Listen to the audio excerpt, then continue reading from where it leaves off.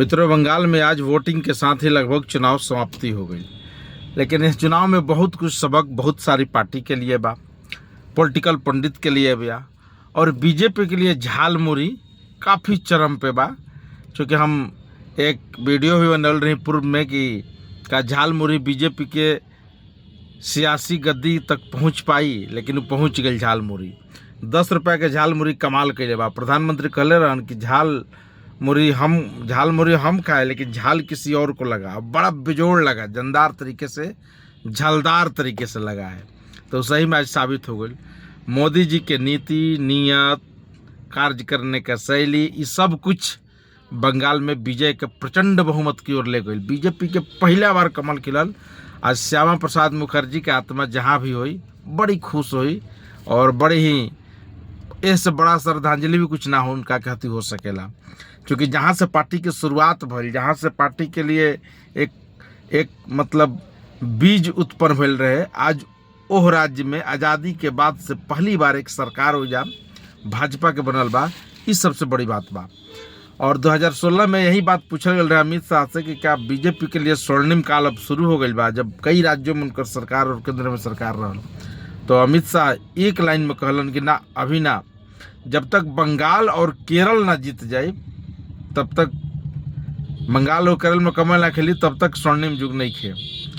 तो आसाम में होइए गई, बंगाल में होइए गई, अब केरल में भी नहीं खे भइल, तो लगभग अब स्वर्णिम का लाग लो। लेकिन फिर अमित शाह से पूछलिए तो अब का कहियन, ये सोचे वाली बात बा। तो कि दक्षिण में अभी भी बीजेपी कमजोर है, केरल में अभी भी कांग्रेस को वापसी हो गई बा, तमिलनाडु में तो जबरदस्ती भइल बा, एक नया पार्टी के उदय भइल बा। सियासत में कभी कभी नया पार्टी, बिहार में प्रशांत किशोर गच्चा खा गए, लेकिन देखिए जो नया पार्टी प्रचंड बहुमत के साथ, बड़े जनाधार के साथ, 2 पार्टी के अल्टा पलटी होते रहे, वो अल्टा पलटी से जान छुटकल तीसरा एक नया पार्टी के रूप में आ गई। तो ये को बहुत शानदार और बहुत ही बढ़िया एगो रिजल्ट, कई तरह के जो रिजल्ट बा ओकर कई मायने बा और कई तरह के लोग अपन अपन कयास भी लगा रहा बा।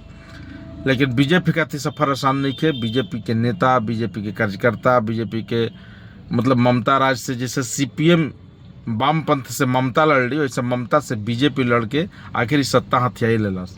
और ममता लाख आरोप लगाओ कि सीबीआई, ईडी, केंद्र के तमाम एजेंसी सब कुछ तो कहला, लेकिन सच्चाई हुआ कि जनता ऊपर मुहर लगा दिलस और भय के सामने जीत तो भइल बा, भय हटल बा, डर खत्म भइल बा।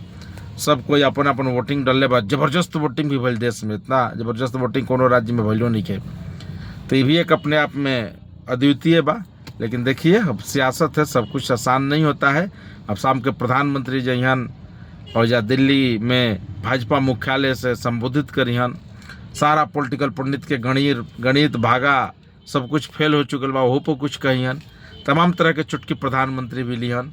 चूँकि प्रधानमंत्री सियासत के नापे खातिर ऐसा थर्मामीटर रखले बाड़न जो वाकई में सही साबित हो रहा बा। अब सोचिए कि 16 से सफ़र शुरू हो के 2 से 73 और 73 से आज लगभग 200 के आसपास।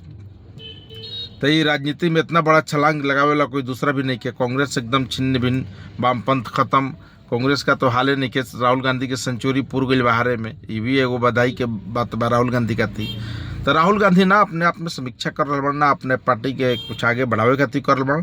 खाली प्रधानमंत्री के कोसे के सिवाय, भारत के गाली देवे के सिवाय कुछ ऐसा सकारात्मक कार्य नहीं है जो ना तरीके से कांग्रेस के उदय और कांग्रेस के फिर से स्थापित हो गए के लूर लक्षण दिख रहा बा।